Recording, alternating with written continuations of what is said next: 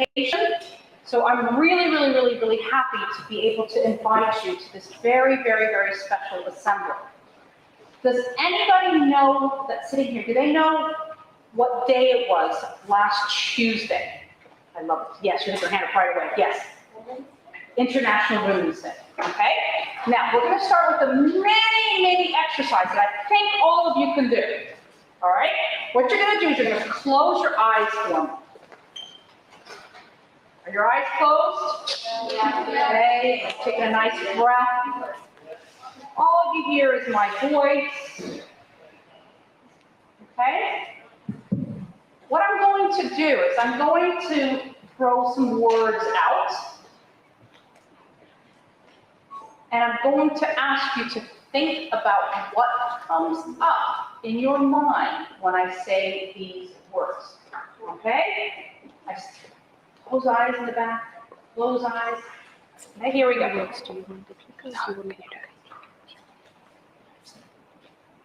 Engineer.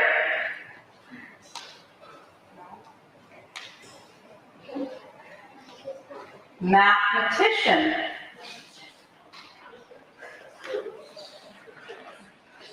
Construction worker.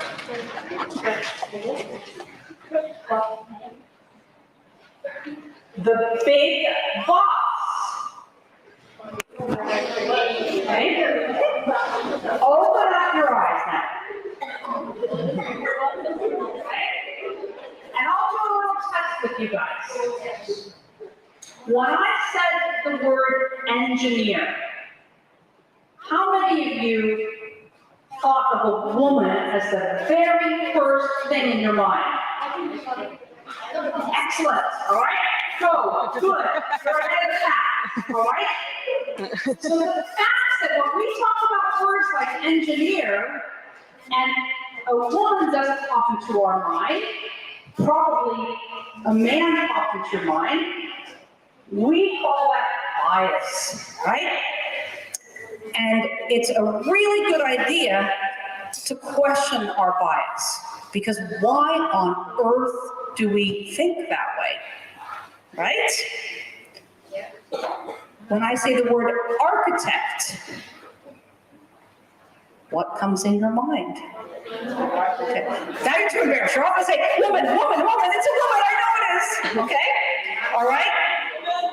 So we have two really fantastic guests with us today here at Regent International School.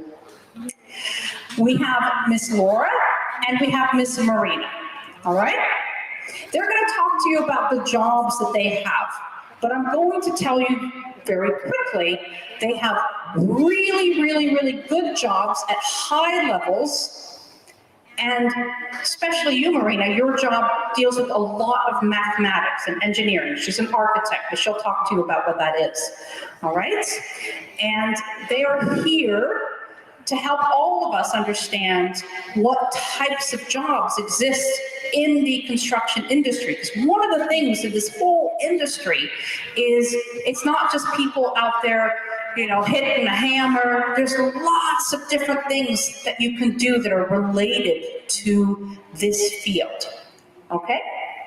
So we are really honored to have you guys with us, and I'm going to turn it over first to Miss Laura, and she will tell you all about her job, and thank you very much. Thank you. I think this is right.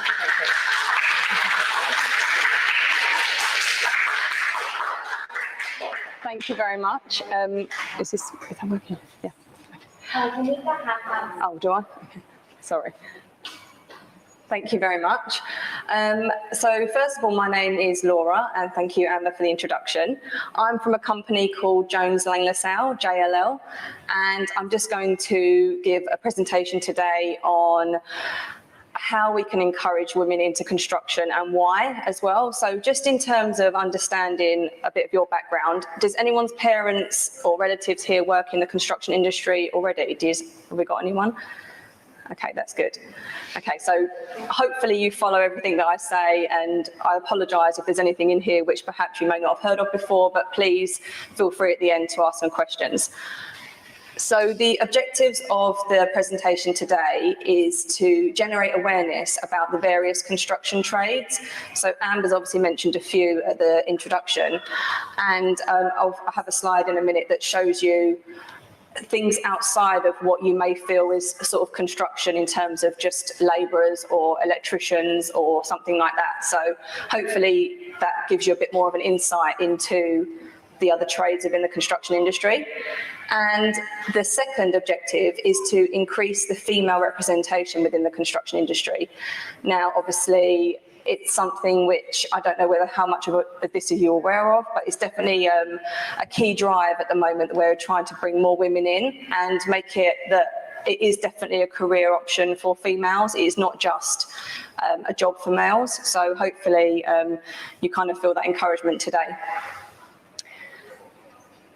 So the programme and behind the initiative is that we are currently running the school presentations this week, and I'm going to give you a bit of an introduction into, like I said, the types of roles within the construction industry. The second thing will be a breakout workshop, which we'll arrange later on, if you're interested in understanding a bit more about those sectors and possible career choices within that. And then we will be doing some additional breakout workshops later on this year for people that are interested in perhaps discussing something more specific within the construction industry, or having some mentoring or some job shadowing, and understanding if there's like graduate programs and things like that as well. So we've got some statistics in the construction industry, which I don't know, these might come as a surprise to you, or you might feel like they're not too much of a shock, but is anybody here from America, from the US? Okay, so at the moment in the US, 10% of construction workers are females. So quite a low statistic. And then in the UK, we have 11% of construction workers are currently females. So again, this is why we're encouraging more females in the industry. That means obviously in terms of the male to female ratio, obviously the male percentage is a lot higher. I won't cover probably all of these, but there's also a gender pay gap, which is consistent across many industries, but actually the construction industry has the narrower gap between what a female worker will earn in comparison to the male worker. But it's definitely something that we're hearing a lot more of, and we're trying to encourage the gap to close, which hopefully by the time you're coming up through or entering your careers, that's something that hopefully won't even be mentioned anymore, but you never know. And just picking out another one. At the moment, in terms of the global workforce, which means everybody that gets up every morning and goes out to work, 39% are female, so which means 61%, I think, is male. So again, not too different, but obviously we are trying to encourage more females into the workforce, but especially into construction.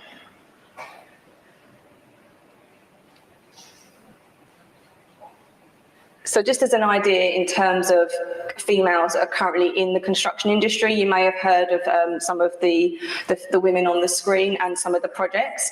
So for anybody who has been to Abu Dhabi and been over the Sheikh Zayed bridge, is anyone familiar with that bridge in Abu Dhabi? Okay, good. So that was actually designed by Zaha Hadid, and also the Opus building in Dubai as well. So they're both very high-profile projects, especially for the UAE, which was actually designed by a female. And then, has anyone been on the London Eye in London? Okay, good. So that was also designed by a female called Julia Barfield. And then we have the Shard. Has anyone seen the Shard at London Bridge in London? Okay, so that's the tallest building in the UK, and that was designed by Roma Agrawal, I believe. And in terms of the Forbes most powerful women in 2021, I don't know if you're familiar with this sort of ranking by Forbes, but in 38th place was a mechanical engineer called Gwynne Shotwell. And I believe she actually owns the company called SpaceX. And has anyone heard of Donald Trump? Okay. Unsurprisingly, okay, so he has got a very famous tower in New York, Trump Tower, and the electrical engineer on that on the Trump Tower was Barbara Rez. And has anyone, going back to London actually, has anyone been to or seen or heard of the Waterloo Bridge in London? Okay, so I think it was actually in the reconstruction, I believe, it was actually referred to as the Ladies' Bridge because over 65% of the construction workers were female. So it also actually has a second name, the Ladies' Bridge. So looking at why diversity is good and why are we talking about females in construction. So it brings a dynamic to a project or to even to a task that you're completing, let's say in school, for example. The benefits of having a mixed team and having the support of not just males but also females mean that you have increased productivity, it increases innovation, improved awareness, increased opportunities, and a better reputation. So it just means that you're enhancing that product or the building that you're trying to complete, or even at task level. It just means that you have a more diverse team around you, and that doesn't necessarily just finish at male and female, it's also different nationalities, different backgrounds, different work experience. So it's just something to keep in mind that actually the construction industry especially can benefit from that on so many different levels, and it's definitely not just a place for males if that's sort of, you know, how you first considered it. So Amber touched on this at the beginning, you know, we called out a few roles within the construction industry. There's actually so many, and to be honest, there's a couple on here that I hadn't heard of until I looked at the presentation, but and there's also far more outside of this as well. But I hope this opens your minds up to understand that actually it's more than just the people that work on a construction site. There's a lot that goes into that before a project even becomes on site, and even, you know, the construction starts happening when when you're driving through Dubai and you see construction workers. There's a lot before that as well, which is actually really interesting, and I'll touch on that a bit more when I go through my timeline. So we've got electrical engineering, construction management, industrial engineering, petrochemical engineering, software engineering, aeronautical engineering, materials engineering, environmental engineering, and biomedical engineering. So to name but a few, but it just gives you an idea. So if there's anything on there that you think, I've never heard of that, what is that? I want to understand a bit more. Keep it in your mind, and please feel free to ask some questions either today or at a later point. But obviously it's good that you're showing interest in those different types of sectors. So looking at my personal journey, I have been in the construction industry for 15 years. I've been in the UAE in Dubai for 8 of those. And my degree I completed in quantity surveying and construction. So just in terms of some of my deliverables that I've worked on since I've been in Dubai, at the moment I am the market intelligence lead for Middle East and Africa at JLL, and I publish quite a lot of data reports in terms of market intelligence in the construction industry. So it's looking at cost trends and looking at the economic side of things as well, so that we can better advise clients on movement of costs, or trying to forecast sort of 12 months ahead. So that's what I'm looking after at the moment. But in terms of construction projects, I have done quite a lot of work on Yas Island, on the Yas Acres project. There's a large amount of villas and a golf course, and also the Expo 2020 project. I was pricing some of the public realm areas, so that's your landscaping, the public parks and things like that. So that's working on behalf of the client to help them budget for the expo. Okay, I was looking back at some of these dates, and it's actually made me feel, I'm going to say grown up rather than old, but I actually started in 2006 in London, and I'd left school. I didn't really know what I wanted to do, and a lot of my friends did. I knew like some of them wanted to be teachers, go into the London Stock Exchange. One of them wanted to be an actress, for example, and I was quite envious that they sort of already knew what subjects they wanted to do at A-level, and they knew sort of the career path they wanted to take. And I went to an agency and said, I remember saying, I just want to go and work in London. I just want to be in the city, earning money. I want to get a career, and I want to do something really exciting. And the woman that I spoke to actually said, have you thought about the construction industry?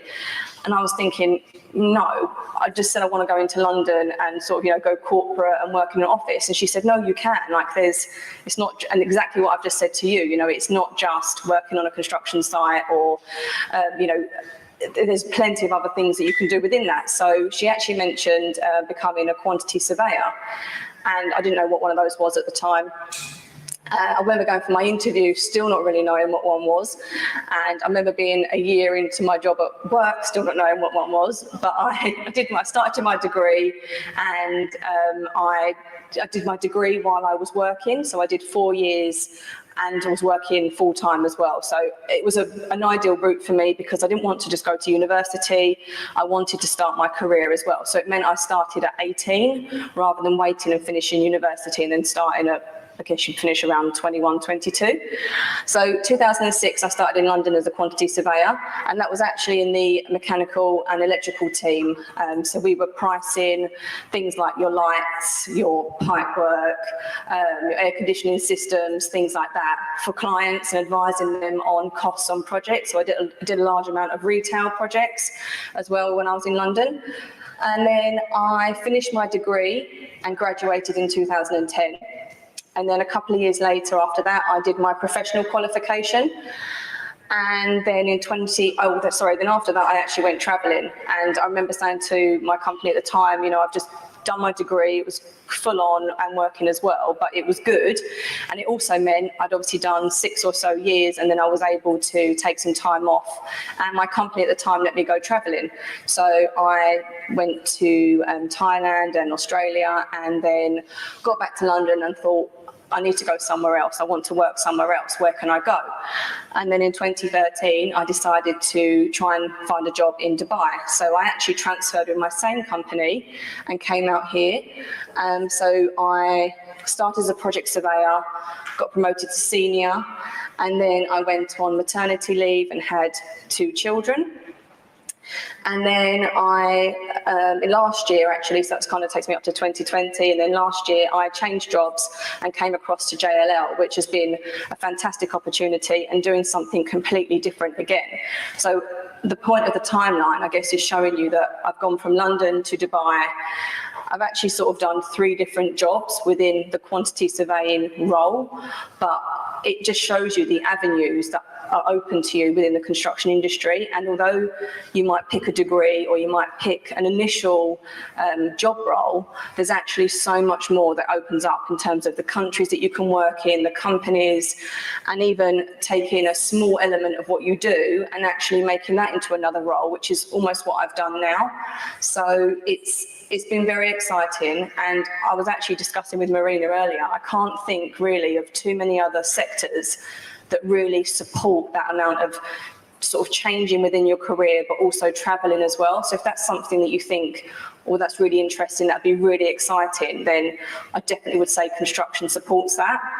And it can be as glamorous as you want it to be. It doesn't have to be hard hat, steel toe cap boots on site. It can be in corporate office. It can be engineering, design, all sorts of things. So I hope that kind of maybe gets you thinking, perhaps there's something within that might be interesting to you now, or there's perhaps a specific subject at school that you think might support that, because that's basically where it would take you on your career. So I'm just going to hand over to Marina now, and thank you very much for listening to me.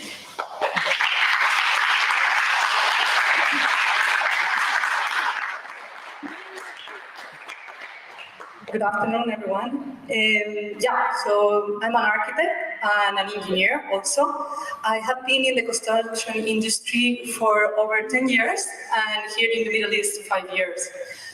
I am a facade specialist. I don't know how many of you will know what it is, but I will explain a little bit later, because When I finished architecture and my engineer degree, I started my career as an architect, and it's been developing and changing through these 10 years to actually be now a facade specialist.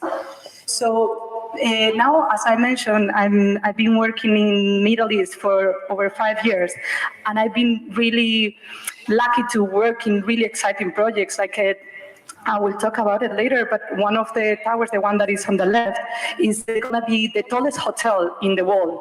The other building that I have there is going to be a really challenging in terms of energy building here in Middle East, and there are like around 10 buildings in the world that are similar to this one. And then I'm also working in the schools like the one that you are at the moment. I just finished the Royal Grammar School that I think they open in September, and I'm working in the schools in Saudi. So I think if you go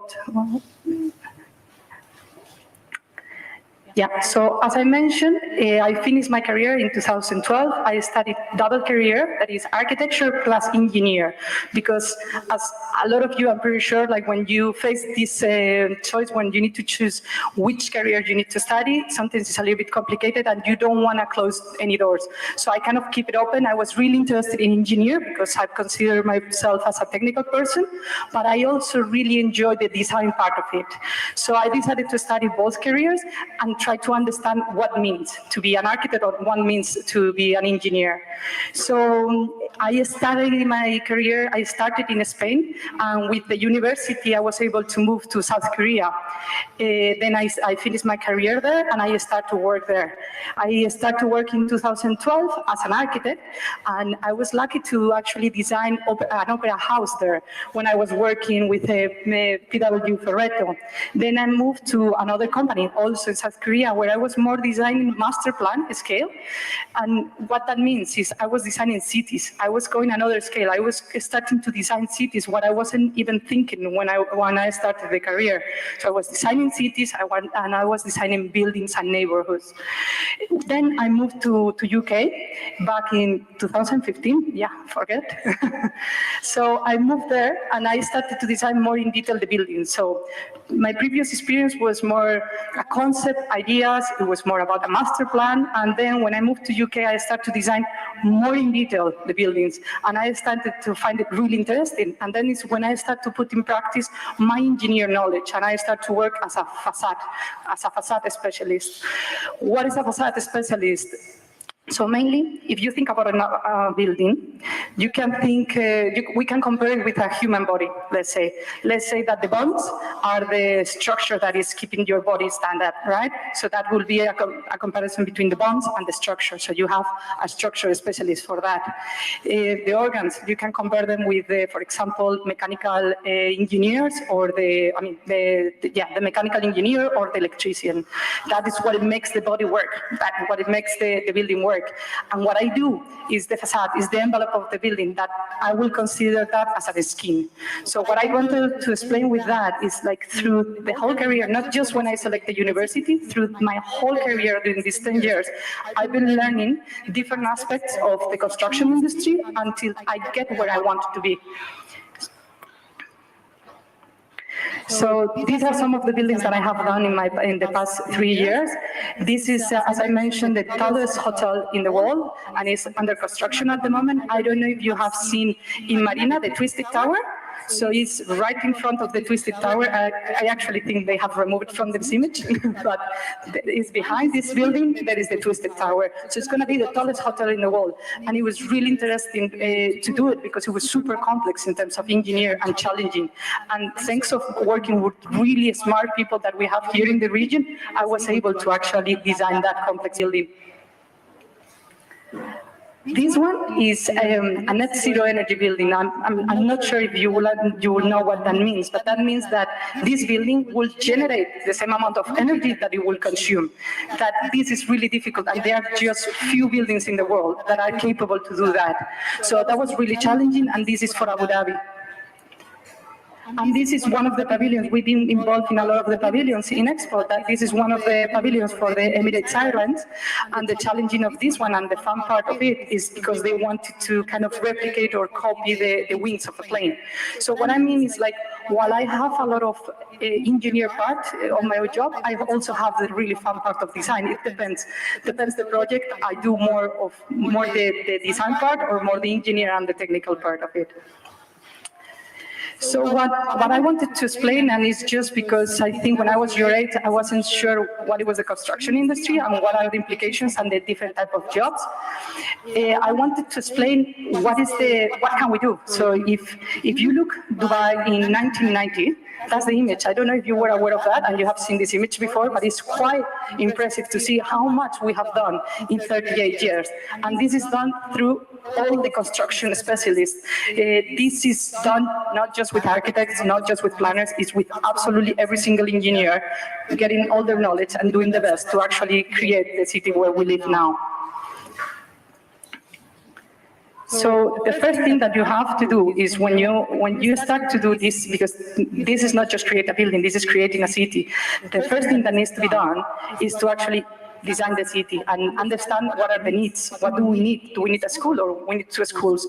How many buildings do we need? So that's the job of a master plan and the whole team that goes with the master planner.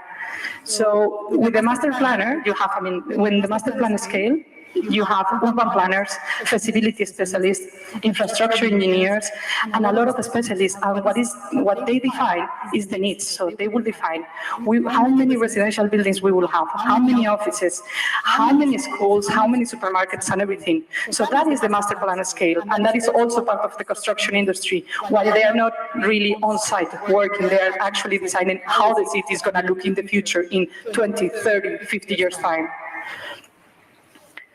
Then after that, when the planning is all done, is divided kind of by plots, and then each of the specialists, each of the architecture or the building engineers, they start to take plot by plot and work on it. Then we started with the design of it. Then the architect start with a concept, an idea, and design it, and then the whole team start to work on it and support them. Now, when I started in my career, I was working on the master plan scale.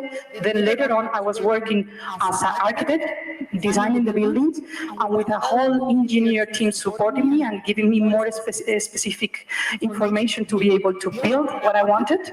And now I'm part of this specific team that is helping the whole machine to work. So this is exactly like you need all the input. You need the architect, the landscape, the structure engineer, facade consultant. You need the whole team to work together. I wanted to put a case that I'm pretty sure like you are all familiarized, but I wanted to explain that every single specialist engineer are really important on the whole design of a building, right? Because when we think on the Burj Khalifa, yeah, the sketch on the left, it really looks like the image on the right, that is the real one. It looks the same, but during the difference between the sketch and the real building is that a lot of engineer has gone through it to actually make it the building that we see at the moment, that is the tallest building in the world. So what happened is in 2003, when they started, they approved this project and everything, the design, it was to be the Burj Khalifa was going to be 650 meters high, that it was a little bit above to the highest building in the world like that back then. But thanks of all the engineer team, they started to push the limits, and then in 2005, they managed to increase the height to 710. And between 2006 and 2017, they went up to 829. That is the tower that we have at the moment. So if you think about it, thanks of all this design team, all these engineers, they managed to actually go about 170 meters above what they were expecting at the beginning. So it's really, really challenging, and thanks of that, we still, at the moment, let's see the building in Jeddah, but at the moment we still have the tallest building in the world.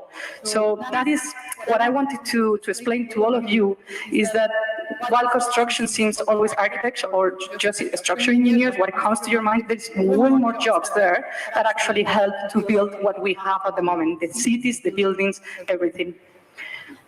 Yeah.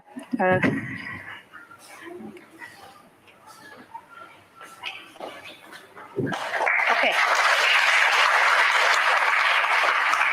Thank you so much. I was calculating the number as well, and I was thinking, for like 117 meters, whatever it was, just think about every decision that has to go into, can we push it? And what's going to happen? Because you have to think about the wind, and you have to think about the sunlight, and stability, and earthquakes, and the whole kit and caboodle. So both to Laura and to Marina, I want to really, really, really thank you. Year 7, so I know there's going to be a couple of you that may want to ask some questions, and I'm going to invite, if you want to stay behind, and then we can talk a little bit about the workshops, and if you feel that you need to, go back to your classroom and you need to get your stuff because you're preparing to leave, that's completely fine as well. But if you want to stick around and ask some questions, I'm inviting you to do that. And that is all fine with me. And I hope you learned something about women in construction. And I hope that when you now think of an engineer, or you think of a boss, or you think of the construction industry, what's going to be first in your mind now? Job done. Excellent. Okay. So those of you that want to stay behind, please come up to or stay seated. Those of you that need to go back to class and start getting your stuff at the end of the day, you can follow Mr. Dobson.